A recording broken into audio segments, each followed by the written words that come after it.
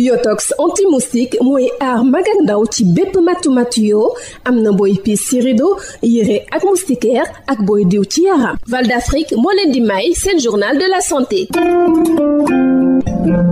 dal leen ak jàmm. Sénégal bokk na ci réew yi gën a gérer mbas mi di Covid-19 te loolee bokk na ci lu ko waral jumtukaay yi nga xam ne teg nañ ko ci suñu frontière aérienne yi bu ñu sukkandikoo ci directeur général bu aéroport international Blaise Diagne bu Diass Doudou Ka mu yëgle sax ne dina jël en charge prime de motivation bi nga xam ne dañ ko jagleel personnel service de santé bu aéroport ba mu bàyyi le kàddu gannaaw ba ñu doon jagleel centre médico-social bu aéroport international Blaise Diagne ab ambulance médicalisée ñu teewlu ay kàddu Doudou Ka ci micro Moustapha Sall. donc loolu dafay tax suñu aéroport bi gën a am jëm gën a nit yi gën a mën a sawar ñëw si aéroport bi donc loolu moo tax ñun buñ fi ñëwee daaw at ñu ñëw fii si bopp AIBD ñu doon waxtaan ak suñu naataangoo ñu ñuy liggéey muy docteur Charles mu ne ma baax na ñu yokk ambulance yi parce que benn ambulance su ñëwee bu muy yóbbu benn malade te beneen ambulance nekk fii te avion yi du ñu xaar ambulance bi ñëw beneen avion su ñëwee mu am jafe-jafe dañu am problème donc loolu nag dafa am ay normes yu ñu wax te normes yooyu il faut que AIBD jël normes yooyu donc loolu moo waral tey AIBD suñu kilifa yi yëpp nangu ñu jox leen ambulance bi boo xam ne am na taxawaay bu rëy fii si aéroport bi. xam nañu ni suñu aéroport bi chaque jour depuis mbas bi bu mu duggee da ngay dëgg AIBD 2 cas AIBD 10 cas léegi sa bëreetul mais loolu lu ko waral mooy ñii seen taxawaay ak seen service ñoom ñooy taxaw liggéey mais am seen patriotisme nekk ay Sénégalais dëgg nekk ay gor li ngeen sant ñu def ko ba nga xam ne kenn du mën a dugg indi jàngoro bi te jaar fii nii si aéroport donc liggéey boobu kanamu Sénégal ñoo leen di woon xar kanam Sénégal ñooñu noonu dafa jaadu ñu nekk ay conditions yoo xam ne dina tax ba nga xam ne seen liggéey ñu mën ko def bu baax moo tax ñu ne leen dinañ leen jox tey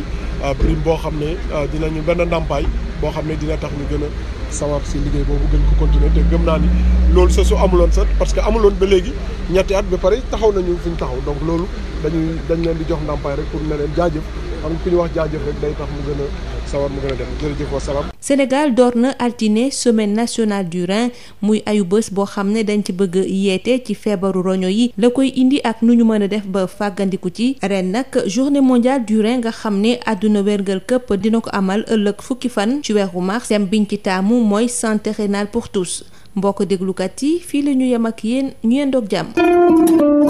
Yotox anti-moustique mooy aar mag ak ndaw ci bépp matu-matu yoo am na booy piis ci rido yére ak moustiquaire ak booy diw ci yaram. Val d'Afrique moo leen doon may seen journal de la santé.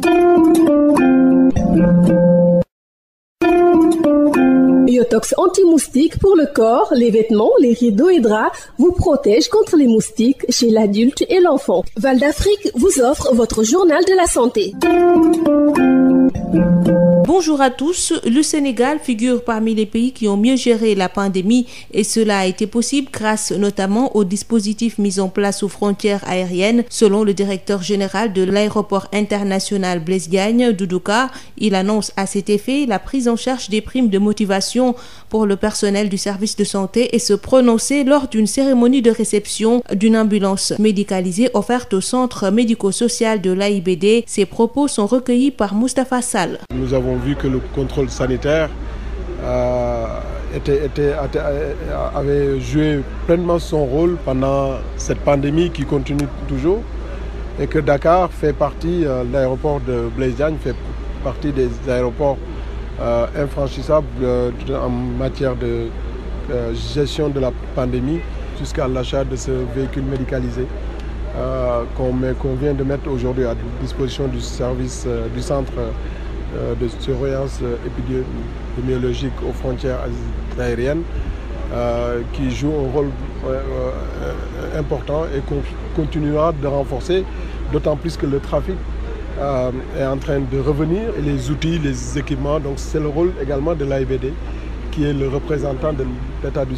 Sénégal qui doit accompagner tous les autres acteurs de la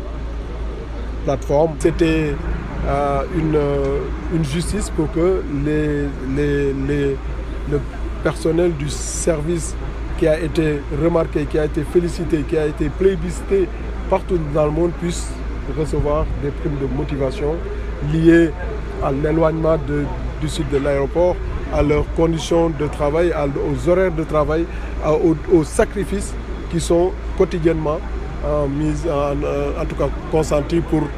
assurer cette qualité de service demandée par les autorités. C'est pour cela que nous avons octroyé une prime de motivation mensuelle selon les grades, donc qu'on a négocié et qu'ils ont bien voulu accepter favorablement. Donc à partir de ce mois de mars, cette prime va leur être transférés dans leur compte respectif. Le Sénégal a démarré lundi la Semaine nationale du rein pour sensibiliser le grand public sur les maladies rénales, leurs causes et les moyens de prévention. Cette année, la Journée mondiale du rein qui sera célébrée demain 10 mars est placée sous le thème Santé rénale pour tous. C'est tout pour aujourd'hui. Merci de nous avoir suivis.